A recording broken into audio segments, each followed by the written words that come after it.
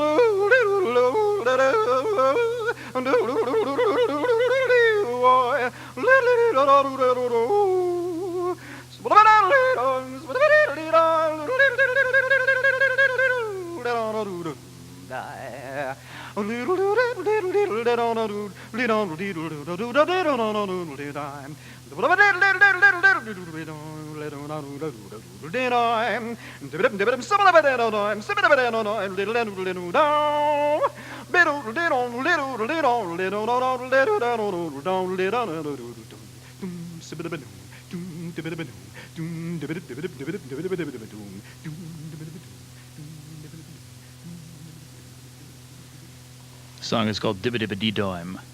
Maybe. John DeRobertis.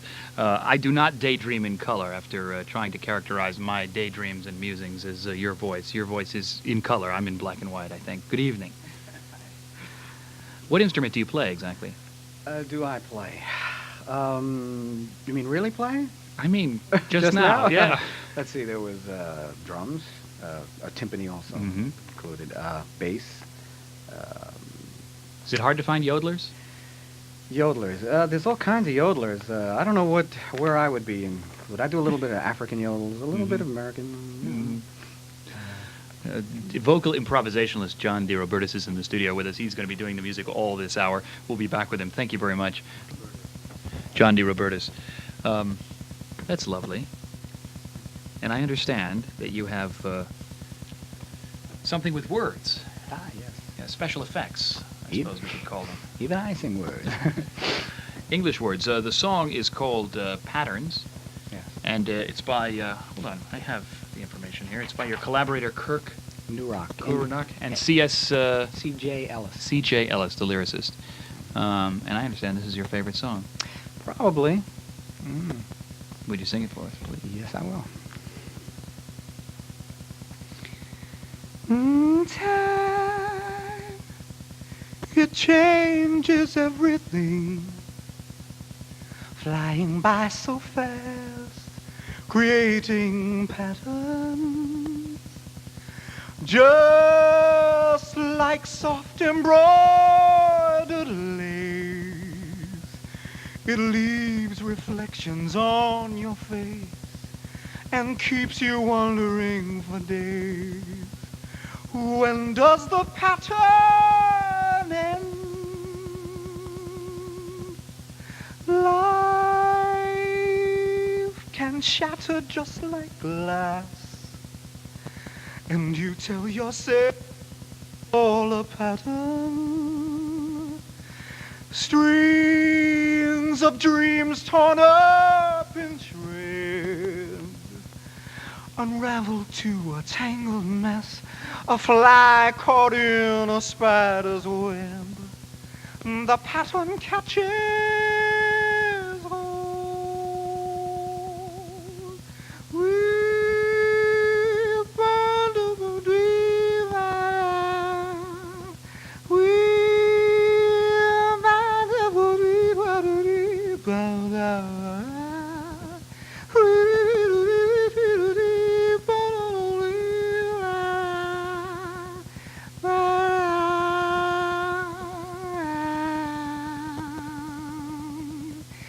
Tears come pouring from your eyes, drawing their designs, you're scarred with a pattern. How, you ask yourself once more, could anyone who's ever cried and felt the pain of love that died fall into love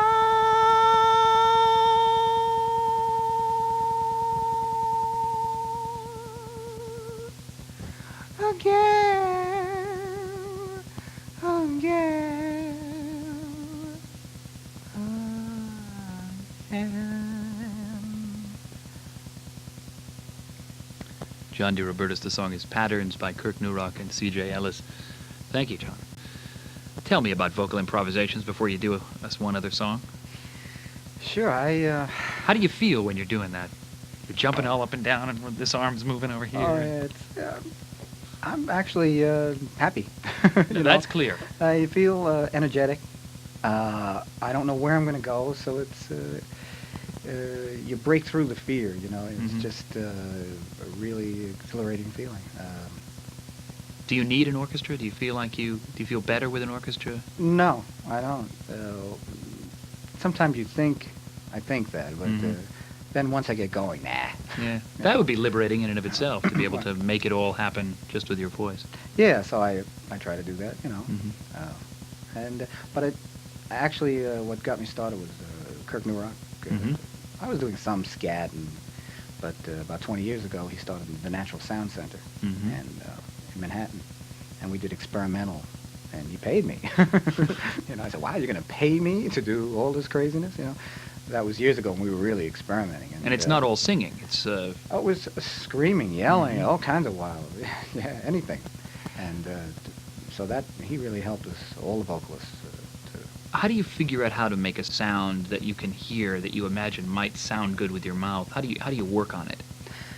Well, first I get the physical part of it down. If you don't get that down, you're lost. I mean, even the smallest thing like a tongue is very, very important. Without it, what can you do? So if you're going, it is amazing. My dad used to be able to triple tongue. I mean, he still can triple tongue because he plays the trombone, and he can do all these whistling things. Or I can't do any of it. But so it starts with the physical, and then you know approximately where you can go with it, And as you get better at it, you know, wow, you can go just about anywhere. You know, with the yodels in the beginning, it was really hard, and I would make all kinds of mistakes and everything, and then it just opened up, and I was able to do all kinds of yodels, different, with a much larger range. You must be aware of Bobby McFerrin, who certainly hit the big time yeah. with his kind of mouth stuff. Sure. Bobby's, he's great. He does more of a soul scat thing, in a groove, a soul groove. John Mayall would do mouth percussion stuff in his shows sometimes. I remember I would see in the late 70s. He'd call it chicky chicky chicky, but it was all percussion. It was there was no scatting actually. Yeah, going it was on mostly blues. Yeah. I used to feel sorry for the microphones actually when he was doing it. You could make a living doing this though. I mean, Bobby McFerrin is certainly. Oh, he certainly is. Yeah, I'm a little. I don't know what. You know, I'm exploring and going really deep, and maybe someday I'll make a living at it. But Bobby's he's funny. He's got a great personality. He brings the audience in. Me, I'm a little different. I'm a little crazy. My idol was John Coltrane, so you didn't see him smiling much. It was very intense, and even though I'm happy, I'm concentrating on going deep into this, place to explore and find new things all the time. Sounds great. Can you sing us out? Sure. We've got, let's see, what do we got here? We got 1, 2, 3. We've got 2.5 minutes. I'll let you know. Ready. I'll let you know. Let you know when to go? Or I'll let you know when to stop. When to stop. You start anytime. Okay.